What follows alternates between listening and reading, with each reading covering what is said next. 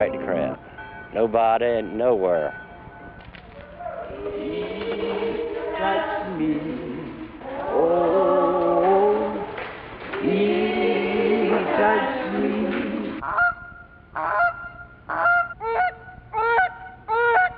I'm glad to be a waterman.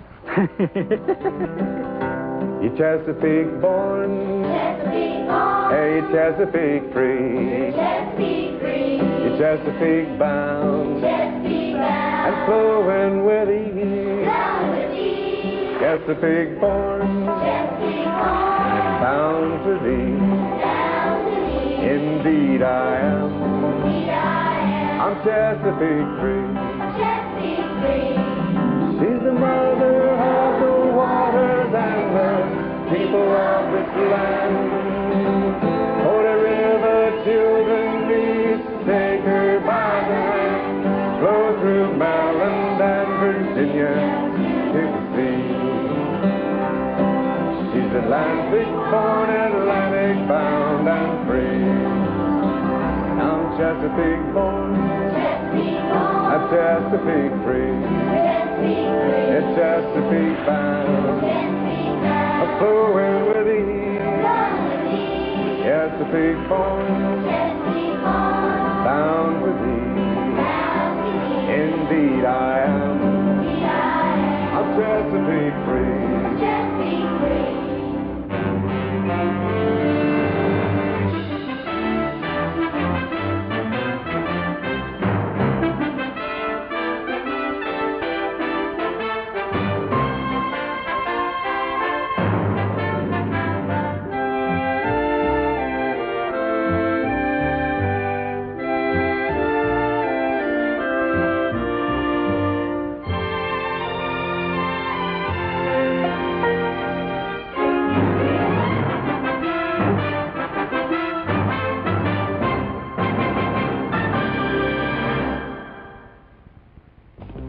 Come explore the worlds of the National Geographic Specials, made possible by a grant from the people at Chevron in support of public television. Join us as the journey continues.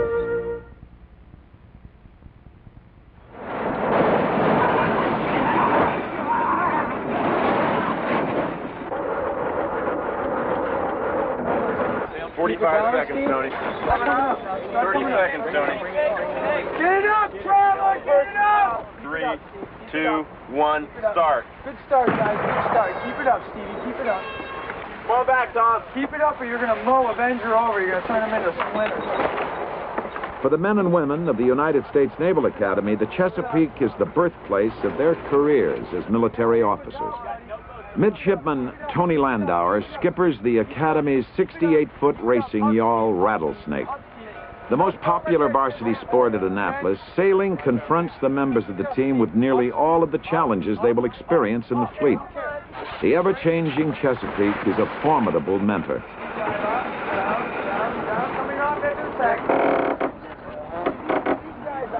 We gained a lot.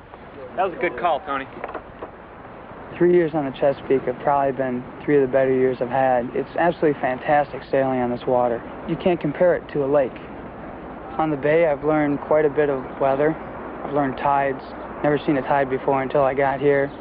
I've learned currents. That's something I didn't see too much of in the Great Lakes, and how to play that. And probably the biggest thing I've learned is how to race a big boat and organize a crew. Previously, it was all small boats, 1 man, 2 men. Now I'm working with 16, and I have to learn how to work with them and work them to make them race as a unit.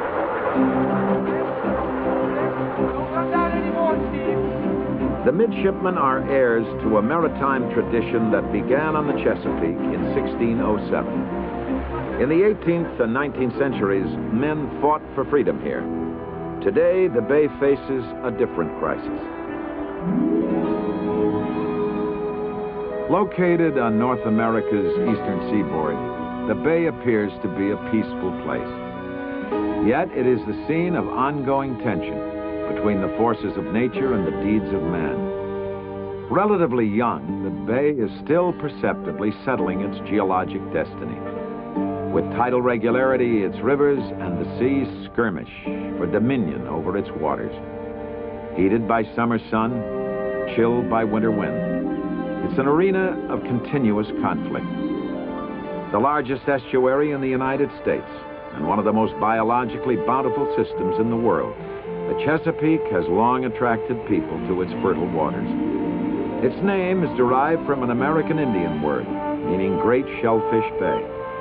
Members of Captain John Smith's 1608 expedition wrote of fish so thick that we attempted to catch them with a frying pan. One remarkable characteristic of an estuary is its ability to refresh itself. Man's encroachment on the shorelines of the Chesapeake and its tributaries is severely straining this natural mechanism. The bay is being overwhelmed. Yet the Chesapeake embraces realms of unsurpassed tranquility and natural beauty. Abundant with creatures of the water and of the air, its open reaches provide inspiration and a site for contemplation of one's place in the scheme of things.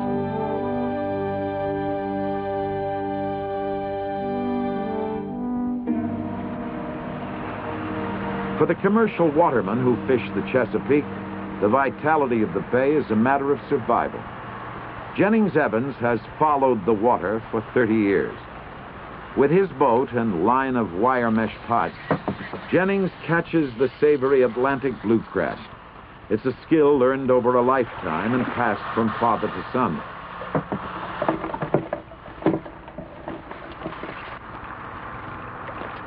Putting it matter-of-factly, nobody knows anything about a crab. Just about the time you think you've got him all lined up, he disappears and leaves you cold. You think sometimes you can head him up, you pick up your pot, you chase him, and sometimes you might catch him as he's going on out, but then again you may not. So he's a real genius in outwitting the crabber. He's a formidable opponent for any one of us. I don't care how long you've been into business. You really never know the instincts of a crab. Got one of them. Look at that moss, how it's got on the pot. There's a heat. You have what you call moss grows all over your pots. You have little black flies digging into your skin, sea nettles. You get out there and you're working hard, and all of a sudden sometimes a crab will actually pick up a stinger from that nettle. Your sea nettle stinger will hurt on the skin anywhere, almost like fire in the summertime when you're sweating and all. But in the eye, you can imagine the pain. For Jennings and his fellow crabbers, the hazards are not just physical, but economic as well. Each season, you never know what to expect. I know the past winter we had was terribly financially, and each waterman, although he may have a rough season now, is always filled with hope for the next week, or the next month, or the next year. Nobody can predict the future, but you know in your heart with good friends and good family that you've got a chance to make it. Home for Jennings, his family and friends, is tiny Smith Island, Maryland, one of 2 inhabited offshore Chesapeake Islands. Smith's existence is entirely dependent on the produce of the bay around it. Crabs in the summer, oysters in the winter, fish whenever they can be caught. The bay gives, but not without exacting a price. Wind, waves, and winter ice slowly erode the island shores and take their toll on its harbors. The people of Smith Island cling tenaciously to their way of life, as they have for 300 years.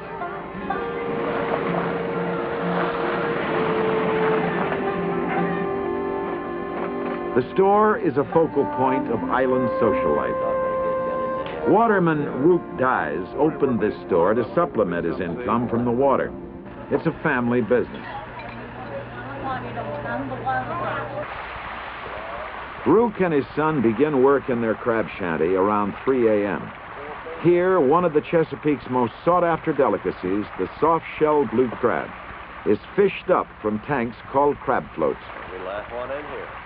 To grow, a crab must periodically shed its hard shell. Crabs about to shed, called peelers, are caught in the bay and brought here. After shedding, the new skin is soft for a brief period and the crab may be eaten whole. Always a regional favorite, soft crabs are now shipped nationwide.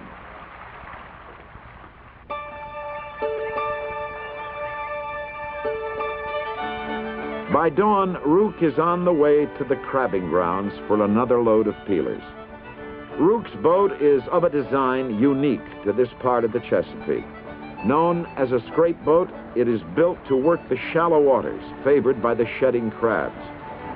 I guess I've been a waterman ever since I was 10-year-old, I guess. You know, fooling around with crabbing. And my father, I used to go with my father. Something that gets in your blood. There's a trick to it. You have to know just when to go to catch soft crabs, and sometimes they're in holes and you can't get them when you're dragging your scrape on the bottom.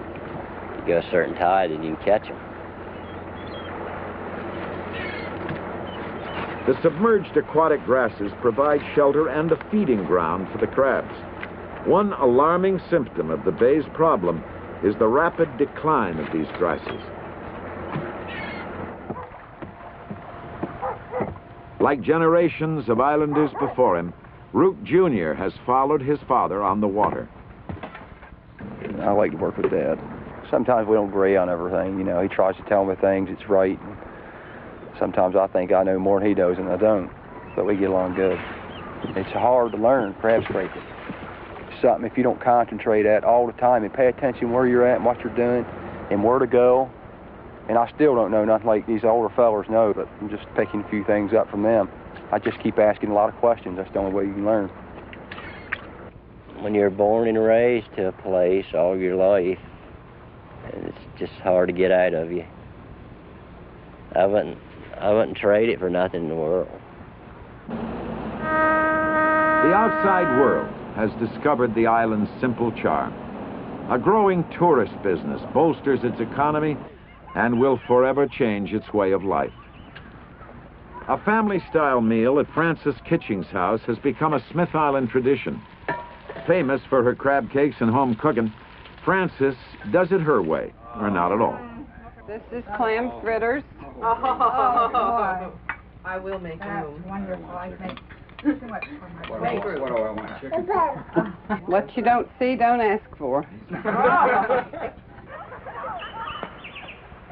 Retired from the water, Frances's husband, Ernest, mends nets and crab scrape bags. It's an art known by only a handful of the island's men. I was born here on Smith Island in 1918. I was born 2 houses from where I live now. I learned to love people, and I love to cook. So I built up my own business, and I'm still here until the taps runs off of the screws in my head.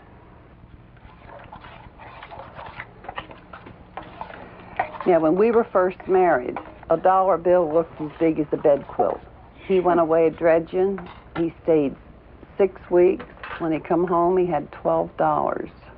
That's when beefsteak was like 25 cents a pound. You didn't have loaf bread. You had to make your own bread. We had kerosene stoves. We had kerosene lamps. We had no running water. Nothing like that. It was a big change. You better believe it. Boy, oh boy. Things is not like it used to be. You take back there, if a man says, I'll do something, you could depend on his word. It was just the same as the Bible. It was that honest. You take a lot of the land around here was sold by the word of mouth. There were no deeds. And when it come time for they died out, the lawyer told me, he said, Ernest going to have a lot of trouble on the island for people who sold or profited by word of mouth, because they had that much confidence in God. So you see this, how much change. Now you have to have a lawyer, and then you got to get a lawyer for him. My most important thing in my life is to leave a good background behind and to let my children, my husband, my grandchildren know that my life was worth living for things that I have already done. This is stewed jimmies with muddy gravy. You better believe it's good. Boy, oh boy, Frame, you got it tonight. You better believe. That looks good. Bless this food, may it bring strength to our bodies. In Jesus' name we ask it. Amen. I want to eat that fly in a minute. I like to get you. Just keep these out with your hand. Two things I'd like to see us get back to. Honestness and religion like it used to be. That honesty covers a lot of territory, and religion covers the rest of it. Since early in the last century, when the Reverend Joshua Thomas brought Methodism to the island, the church has been the major civil and social force. On a bright September Sunday, the community of friends and relatives joins Francis and Ernest Kitching as they renew their wedding vows on the occasion of their 50th anniversary.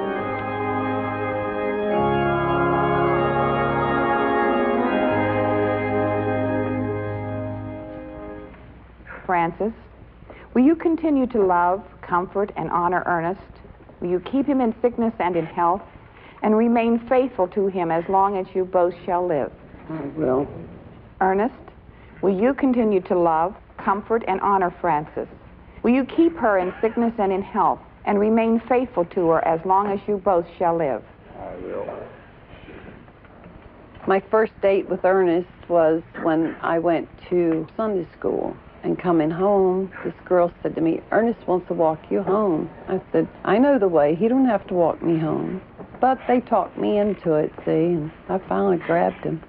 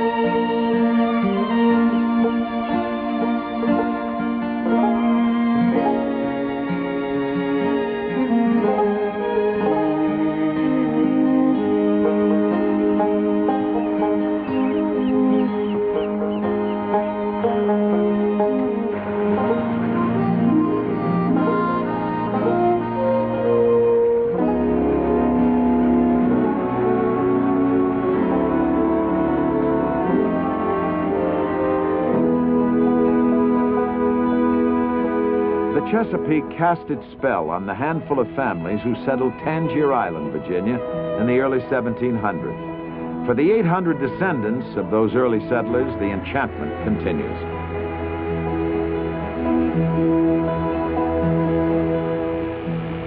Since before the American Revolution, the people of Tangier have taken sustenance from the rich resources of the bay around them. Now, Tangiermen are concerned that the bay's decline is a threat to their self-sufficiency. As teacher and school principal, Harold G. Spike Wheatley has been responsible for the education of 3 generations of Tangier's children. Now, retired from the school, Spike remains active in his church as a lay minister. Mercy, there was great and grace was free. Pardon there was multiplied to me. There my burdened soul found liberty at Calvary. That was good singing for those of us who are here. And it's a fire gathering tonight, Wednesday, stormy. You know, when you retire after 35 years, you're at a loss, usually. And I have been somewhat at a loss, especially the last week or so. But thank the Lord for throwing me back to my old vocation, crab netting. I enjoy crab netting, and I've had several fire days, and that's taken the pressure off, so to speak. What, either one? No. I haven't seen either. I haven't either. Well, they got the water got the corner this from my side. Searching the shallows for the elusive crab, Spike improves visibility by sprinkling a little fish oil on the water to calm the surface. So I love to work on the water. It's there forever, wherever you look. You always see the horizon. It's a marvelous place to think in terms of your relationship to eternity. And here, on the bow of a boat, looking for crabs, you're alone, you have no interference, and you can think in terms of what life is really meaning to you, what it's all about. And I find that a very life-giving experience, really. You can sing and shout. You're interfering with no one, yet your expression to God is free and clear and enlarged. And that part of the crab netting process has really been beneficial to me. Of course, I think also of other things. I think of school. I can't help that. School is just starting again, and this is the first time in 35 years that I haven't opened those doors and greeted those children and teachers. And that is a part of me that probably will be vivid as long as I live.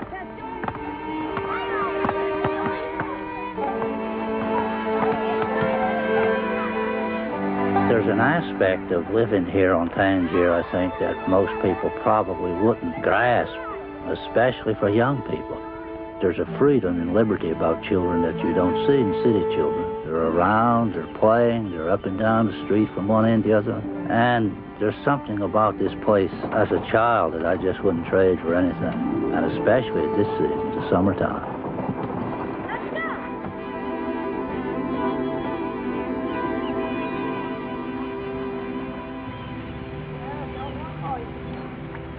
There he is. It's awful. Let me feel of it. Oh, it's just sheared.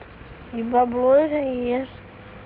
Drawn irresistibly to the creatures of the bay, the children of Tangier observe crab potters like Duke Marshall with a mixture of envy and respect. For the young men of Tangier, the urge to follow the water is fundamental. How many baskets did you catch today? No, I didn't know. People says it's dropping off. Is it? And you still got a month of it. Uh-huh. And you still got a month of crab hunting, and it's already dropping off. Mom, got 2 months. Well, 2 months, and it's already dropping off. Who said that? Everybody's been saying it. You gonna finish school? I don't like school. If they'd let me quit now, I'd be glad to crab pot. I'd rather crab pot all my life, like you're gonna do.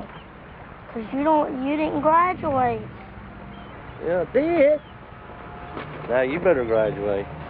If you don't, you'll be sorry.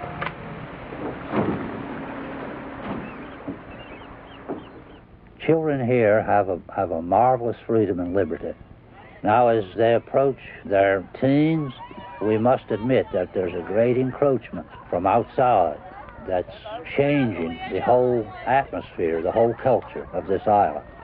Television, transportation, communication, any way you want to look at it, is such now that there's no longer any barriers. The sea around us, even 30, 40 years past, was a magnificent barrier, both in keeping outside out and keeping those inside here. But today, kids in their teens, they have fast boats, they have fast cars, and they go where they please. They may look at a basketball game in Philadelphia or New York this weekend, or they may look at entertainment at Scope in Norfolk over the weekend. They think nothing of it. When I was 16, 17 years old, that would have been a fantastic journey. So there's a vast change in the whole outlook today from my day. Well, when I like to have fun, I mean, I get off this island. I mean, you can only have so much fun around here. I mean, 'cause there ain't no bowers, there ain't no women that can stay out late or nothing. I mean, you know, everybody around here don't make no difference how old you are. I mean, if you're a girl and you got a boyfriend, you have to take him home to date him. I mean, you can't be out. It's the way it is around here. I guess it's the way it'll always be. So when I want to have fun, I just leave and go to Chrisville or anywhere other than here. I like to get away.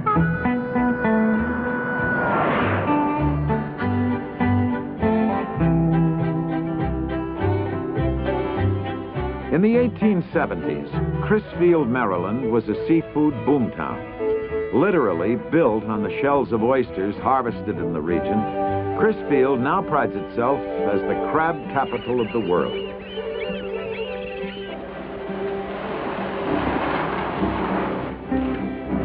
The crab industry annually contributes millions of dollars to the region's economy. Intense competition and seasonal fluctuations in crabs and market prices contribute to the waterman's fear that the business is faltering, that crabs may decline as did the oysters and finfish, once shipped from Chrisville by the boxcar load.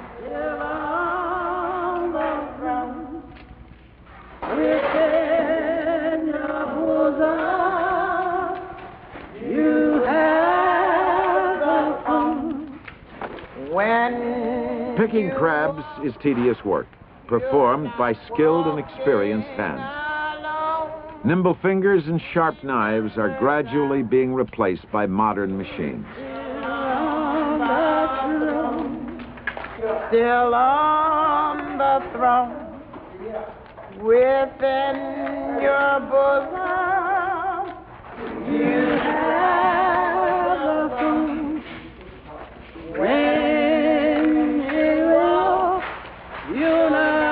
Grace Ward has been picking crabs for 15 years. Paid per pound of meat picked, she has found it a satisfying livelihood. I enjoy picking crabs. I enjoy what I'm doing. But for my children, I don't want them to have to depend on this for their living, because I came up a hard way. And I want them to learn to pick crabs, shuck oysters, do all this kind of work, because one day they might have come back to it. But I do want them to get the paper and the books, learn, and then I want them most of all to fear God and treat other people right. Woo, I thank you this morning, dear God. I just thank you for one more blessing. Thank you, Lord, that you might make me so I can be a blessing to someone else, dear God. Bless me, Lord, in a way that I can bless someone else. Then, Lord, I'm not just praying for myself this morning, but all of us need a blessing this morning. Asking you to let your word cut like a two-edged sword, Lord Jesus, whether we want to hear it or whether we don't want to hear it, Lord.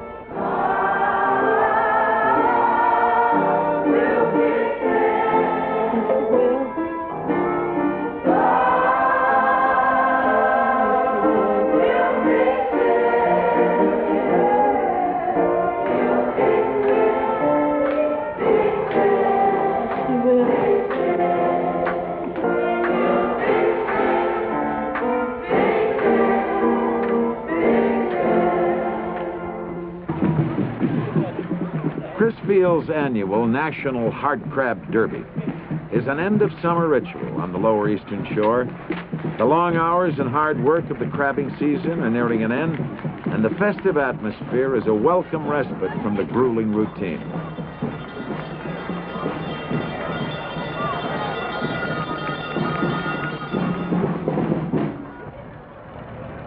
Here we go, officially.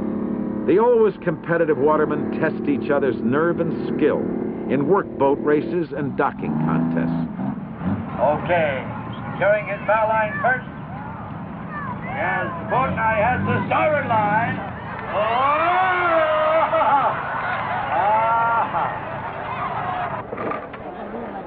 A highlight of the weekend is the crab picking contest. This year's competition is particularly important to Grace Ward. Last year I was in the crab picking contest, and I got second place. So I wasn't satisfied after they entered me in it this year. I said, well, I want first place. Then I began to pray, and I asked the Lord, I said, Lord, I'd just like to get the honor of getting first place this year. In a consummate test of manual dexterity, the contestants are given 15 minutes to pick as many pounds of crab meat as possible. 1 minute and counting down. Here we go.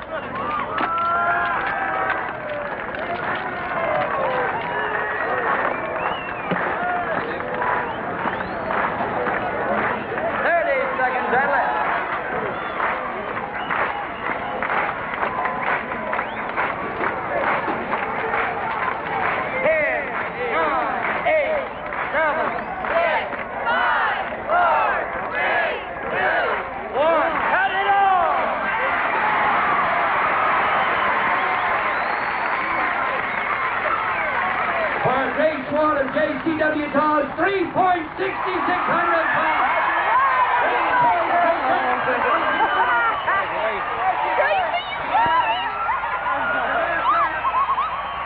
First of all, we've had them on the Jersey Shore at the beach every morning. We do take them out jogging. We give them a regime of exercises. We've been feeding them steroids for the last 8 weeks. And we fully intend to go home with the Governor's Cup today, the trophy. Traditional rivalries are stirred as the weekend's namesake event, the Hard Crab Derby, gets underway. Hey, we've got New Jersey and we've got Virginia. Now we just have to find the Maryland entries. Anybody seen it? Do we have a crab? So. I think they what I heard, the Maryland crabs haven't been running. Oh, okay. I think they ran out on the event. The Maryland crabs saw the destroyer and they left. They went home. Well, my crab, he really stayed under a flooring of a boat for 5 straight days and nights. Once this crab sees sunlight, he becomes mean and very aggressive, with a lot of enthusiasm, and he'll run down that board just to catch that sunlight down there. And she's off, ladies and gentlemen. Uh-oh, the Guam crab went off the side. Number 12 is fighting number 17. Number 22, who is Nevada crab, looks like it's in the lead and in a comfortable lead. Number 37 is moving a little bit on the left. Number 12 is moving good, though. Number 12 and number 12 is the winner, ladies and gentlemen, from Kansas. The crab's name is Muir. Better have better luck next year. Youthful anxiety mounts as contestants prepare for the Miss Crustacean Beauty Pageant.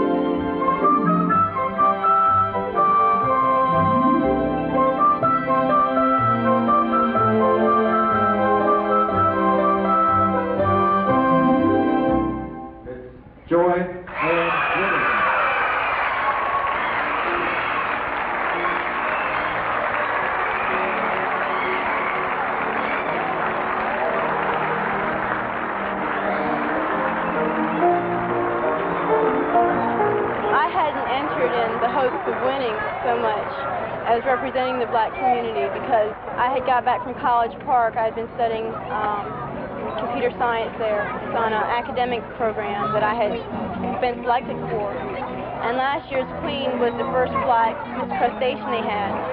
So I entered it just in hopes of making a good showing, and I had never dreamed I'd win. But I just can't believe it's me being a beauty queen. I'm still shocked from it.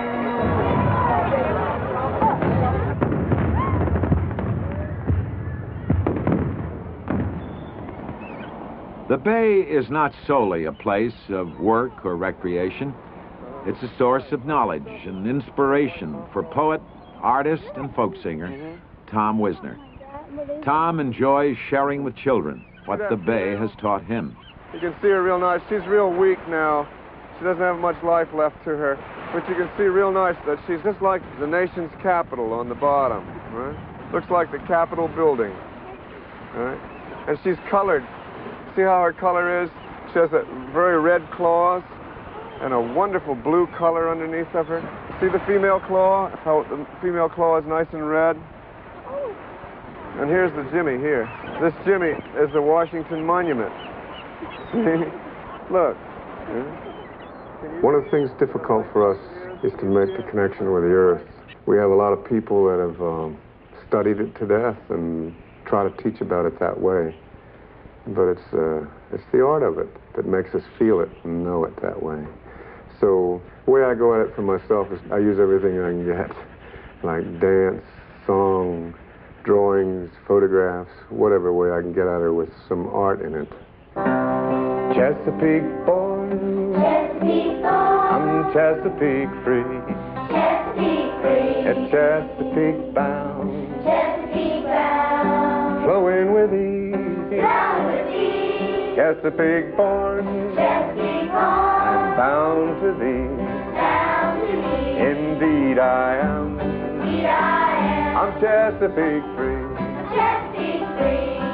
She's the mother of the waters and the people of this land. For the river children reach, take her by the hand. Flow through Maryland and Virginia to the sea. She's Atlantic born, Atlantic bound and free. And I'm Chesapeake born, I'm Chesapeake free. Yeah, Chesapeake bound, flowing with ease. Chesapeake born, bound to thee. Indeed I am. I'm Chesapeake free. To collect songs and stories, Tom Wisner travels to the small towns of the Chesapeake's tidewaters.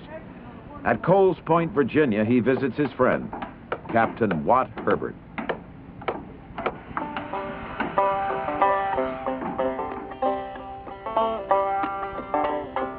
I look for people that have lived on the land close to the waters because it was the hope to find some lyric, and then in the process of trying to find lyric and story about the region, I discovered there's something more they give me.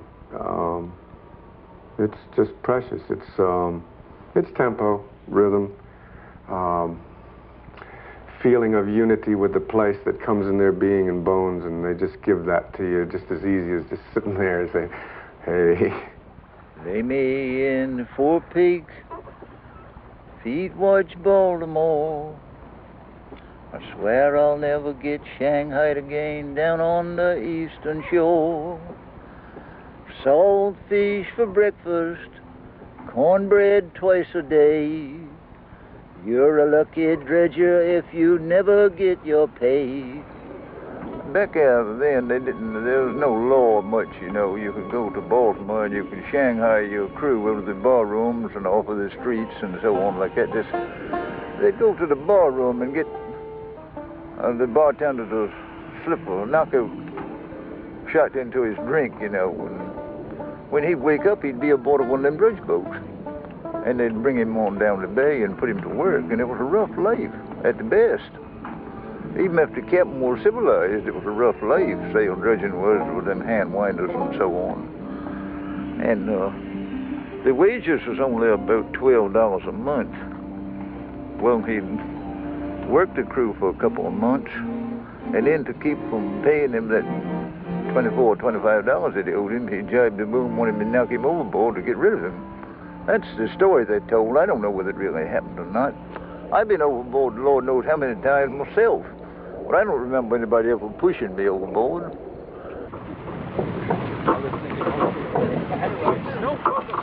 Originally built as workboats, the swift Chesapeake log canoes were inspired by the Indians' spoon-ended dugouts. Nearly 100 years old, the island blossom is raced today by men who enjoy preserving a piece of the bay's maritime heritage. Doug Hanks has been racing canoes since 1930. I come from a competitive family. Everybody in the family wants to do something better than anybody else. We all have to win. Even now, I just don't like to sail. And if I'm out there, I'm looking around for somebody that I can go faster than he does. And we're just that way, and we don't like to get licked. I don't believe she can handle this kind of weather. She's awful tender and little boat. Attention all log canoers. This afternoon's race will start at 1 p.m. Now, the wind's pretty high. You all be careful out there now, you hear?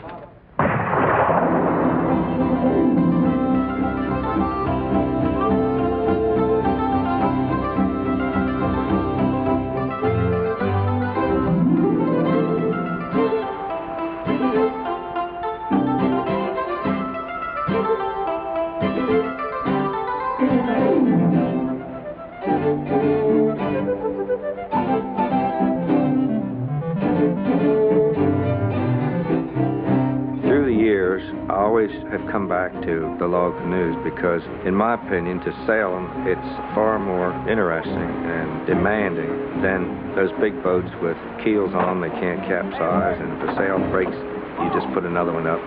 But with a canoe, you got to get ready to start with, which is a major operation.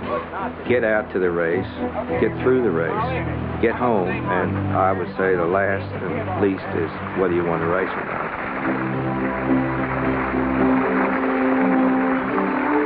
Pushed to the limit, the canoes are constantly on the verge of capsizing or sinking.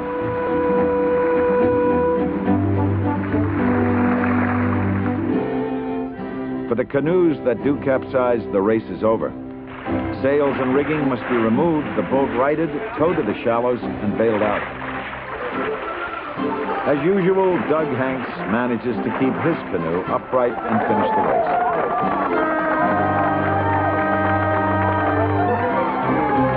The Island Blossom, estate of John C. North, Doug Hanks, skipper. We are successful. I've won over 700 races since I've been sailing. And every year, even my crew said, Hanks, when are you going to give this up? You know, there's a limit. You've proven everything you can. I said, I'm not trying to prove anything. I just love to do it.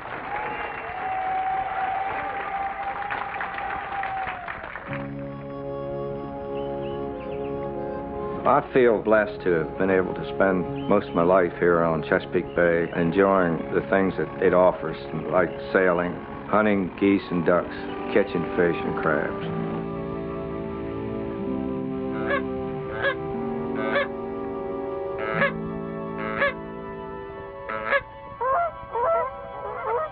More than 1 million waterfowl winter on Chesapeake shores. The throngs of geese and ducks are a source of delight to the bay's human residents. Some people hunt the birds, others enjoy just watching them.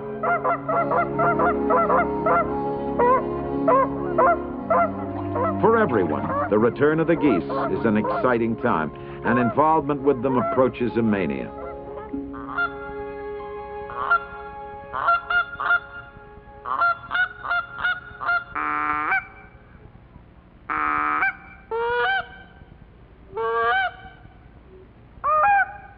The Waterfowl Festival in Easton, Maryland is the site of the World Championship Goose Calling Contest.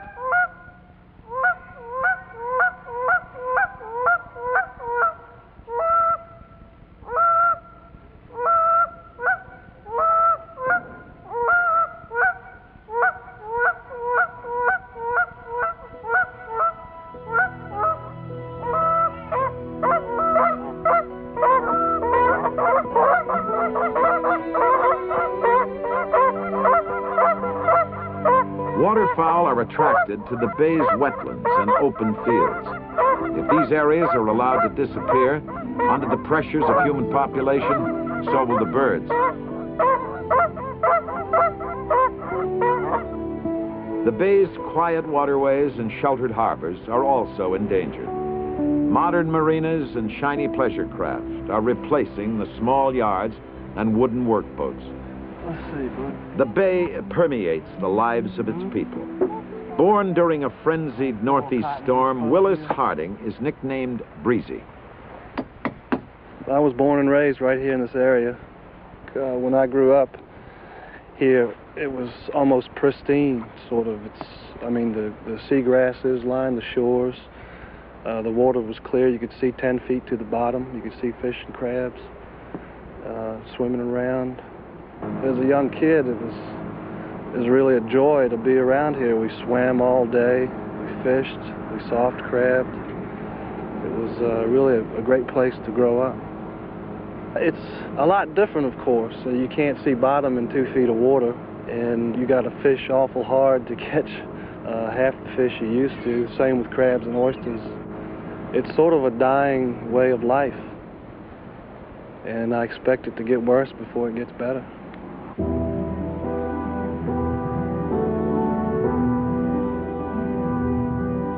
The Chesapeake is an enormous sink. Everything that goes onto the land or into the water in its 64,000 square mile drainage area has the potential of ending up in it. Pesticides, agricultural runoff, industrial and household waste all contribute to the bay's complex problems.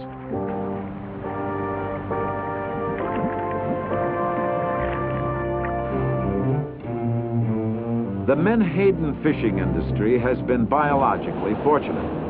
The small fish the industry depends on for survival are abundant in the Chesapeake.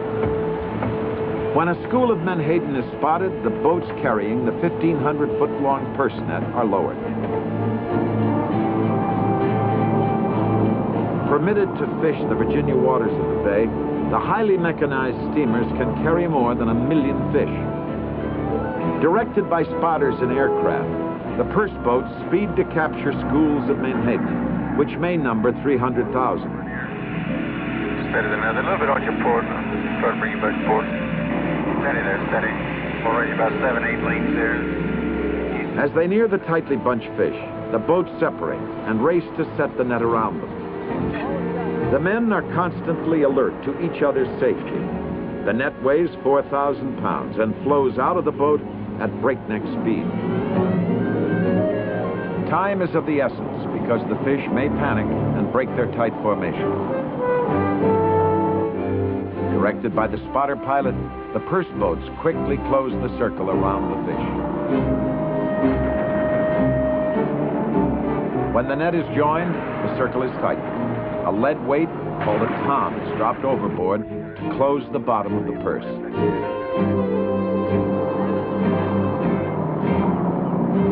A hydraulic power block helps the men haul the net aboard the boats. Once done entirely by hand, it is still strenuous and dangerous work.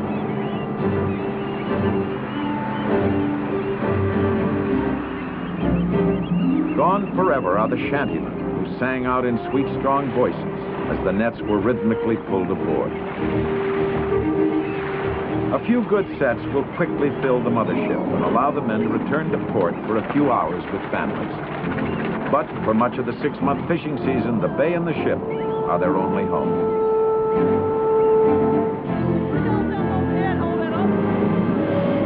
Once baled by hand, now the fish are pumped into the ship's refrigerated holds. But no technology can replace the fisherman's intuitive skill and knowledge gained over a lifetime.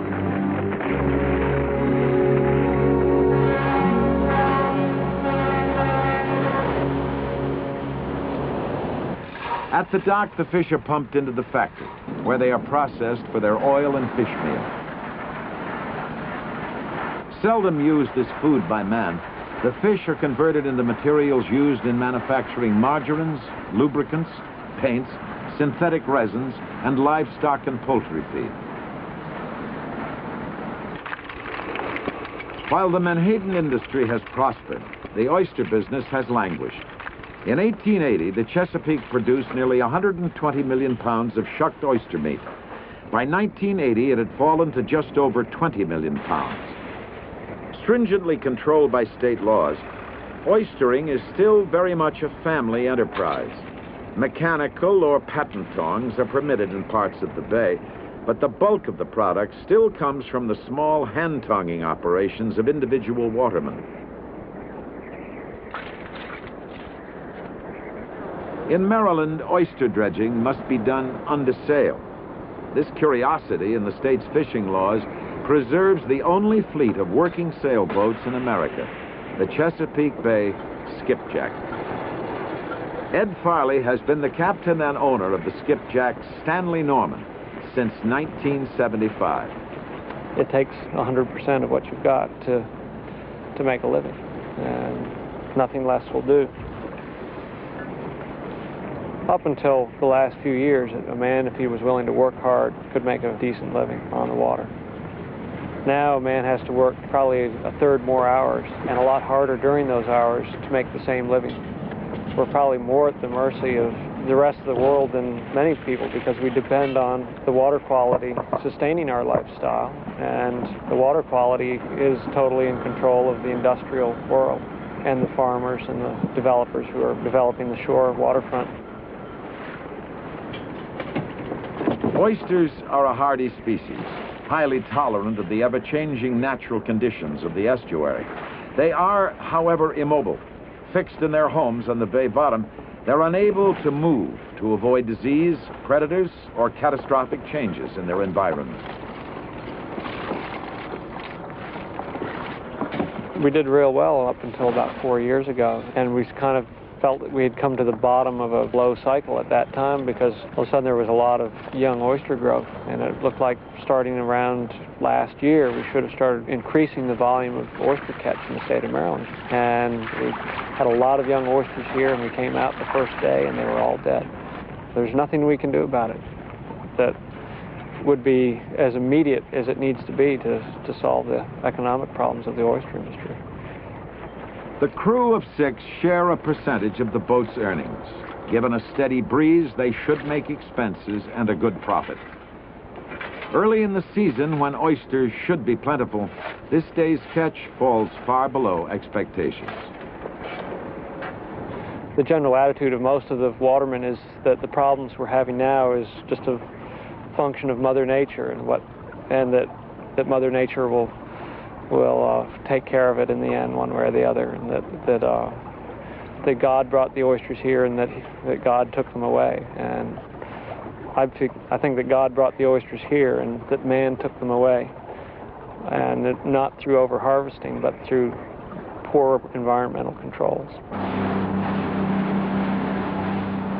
Aboard the research vessel Aquarius, scientists from the Chesapeake Biological Laboratory are attempting to diagnose some of the bay's ills. Ecologist Walter Boynton has studied the bay for more than a dozen years.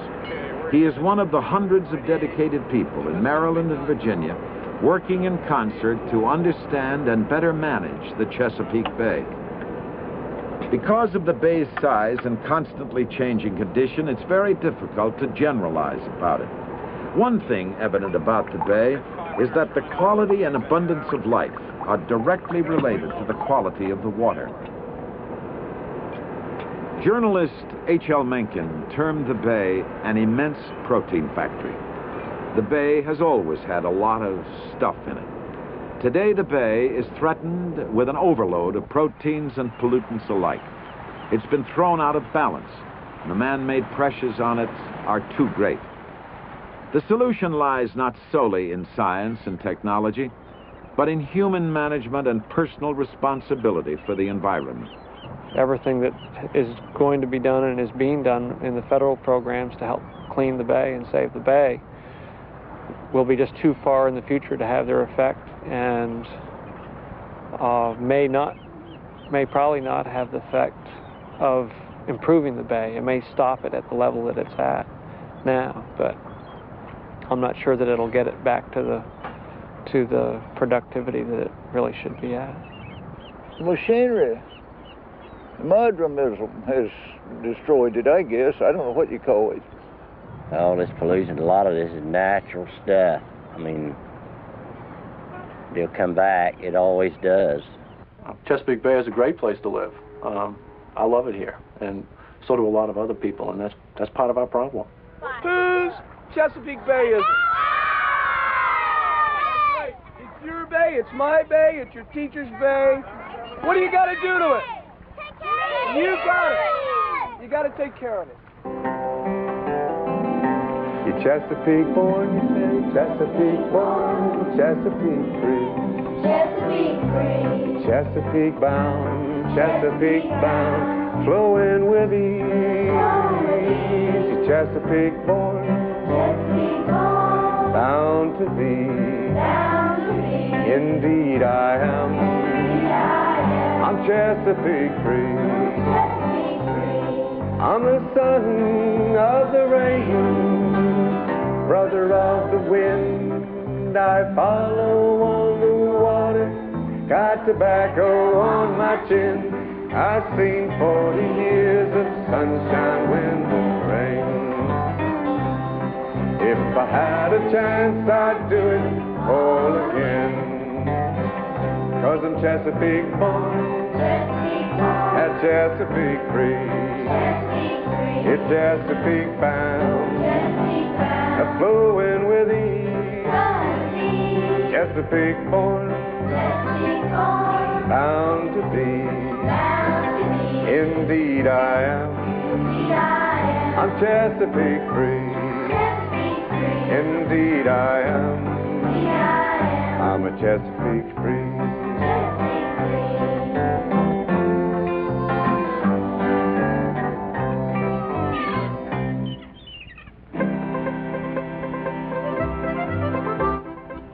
This program may be seen again this Sunday evening at 8. Stay with 11 now for the first part of a three-part series produced by WTTW, Campaigning on Cue.